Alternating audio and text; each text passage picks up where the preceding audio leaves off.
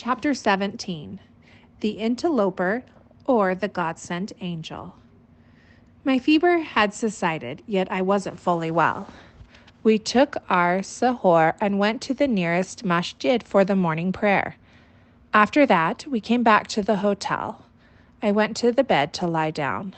Nadim, who looked quite agitated, said, "Don't lie down now. Pack your bag. We will leave now." "Where are we going?" I asked him weakly. "Home. Where else?" he said. "There is no point wasting time now. Because of Eid, there is already a lot of crowding and traveling to Karachi," he said.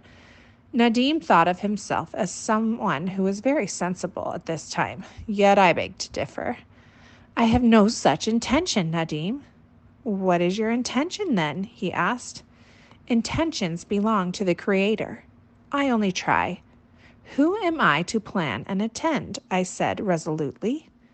"Will you stop preaching? Tell me, what are you thinking?" Nadim was clearly pissed off.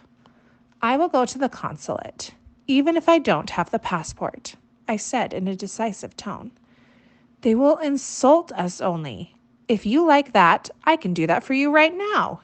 As, dear sir, you don't bother to check whether you have the passport or not before coming here for the American visa." Nadim raised his voice. "My wise friend, if they want to do that, we will get through it as well.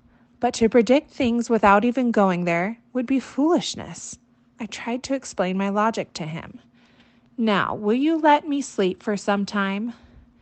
If looks could kill, I would have died.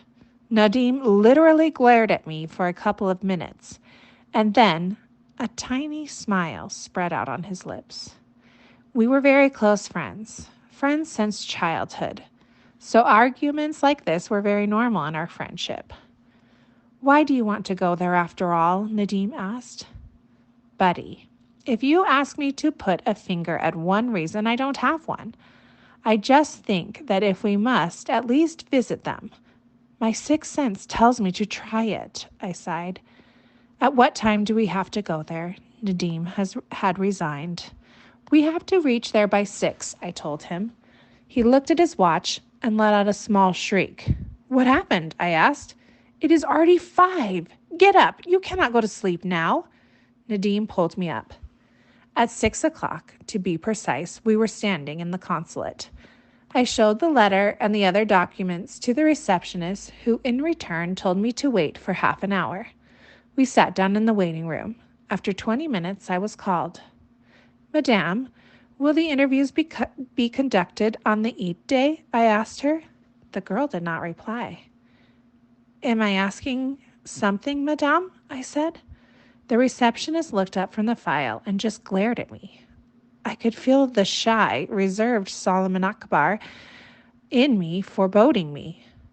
"I am asking for this reason. Actually, the date mentioned for the interviews is Eid day. It would be very difficult for me to come to Islamabad on that day." I tried to look like a lesser fool. She picked up my letter from her table and checked the date. "Okay, let me check, please," she said. She got up from her seat and went to the nearest cupboard, took out a file, and started looking through the index of numbers to take out my application. As she found it, she checked the date on the actual document. "There is a correction. Your interview is on the 5th day of Eid," she said. I apologized for the inconvenience. Very professionally, she uttered, and I smiled. "It is okay."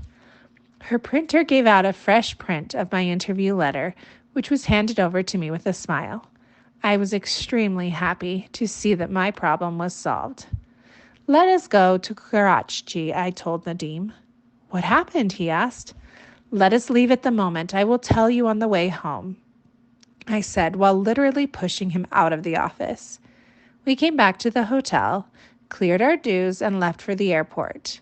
In this limited opportunity, I had to get a new passport at any cost. We reached Karachi, and I heaved a sigh of relief. I went to my area's police station, where I had to report the loss of my passport. I did that by 9 a.m. I was tired to the bone, but I did not want to waste any time, so I headed to the passport office, for the insurance of a new passport. The passport office is a place where one has to go before sunrise to get their job done, even though the office opens at 8 o'clock. My arrival at 11:30 was not favorable for me at all. No one was willing to help me, as they were already winding up for the recess by then. "Please, sir, there must be some way to finish today. I want my passport urgently," I explained to one of the officers there. "Listen, brother, there is no point of wasting your time. Everyone is leaving for the Eid holidays today. Look at the clock. It's already 12 p.m. The office closes at 4 p.m. How can we prepare your passport in such a short time? We don't do black magic here," the officer said cruelly.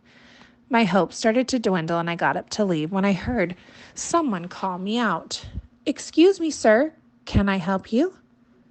"Who are you?" I asked. "I am at your service, sir. We belong to the service army. You will see many like me serving under guise in many departments. We believe that service is our aim. Therefore, we ensure that we help the people when these officials tell you they can't," he said. "Are you a genie? How can you do what they cannot?" I asked. "Test me," he smiled. I kept staring at him in disbelief. "See, my dear brother, I know you are in a problem, and I can help you fix it. If you want to trust me, go ahead. Otherwise, I will look for someone else in need." He concluded the conversation. "I have lost my passport. I want an urgent passport made today. And they said that it is not possible," I exclaimed. "Just this. We can get it done for you," he said confidently. The interloper knew how to play with human psychology. He told me that it was his specialty. "Passport will be ready and in your hands in 2 hours. But the fee shall be double." The interloper smiled evilly. "Fine. Please begin now. I will pay."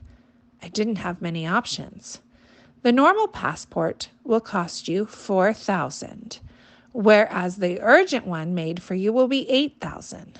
I will take 1,000 in service charges," he said clearly. It is rightly said that a person is not helpless. It is his situation that makes him so. I took out my wallet and withdrew the money and handed it over to him. I was short of cash, so I had to look towards Nadim, who handed me everything he had. "Come with me," he signaled, and I went after him. In half an hour, the entire process was completed, and the receipt for the passport was in my hand. 3 p.m. was the collection time mentioned for the passports. I left the office, praying chants of gratitude in my heart. I looked up in the sky, and tears started to run down my face.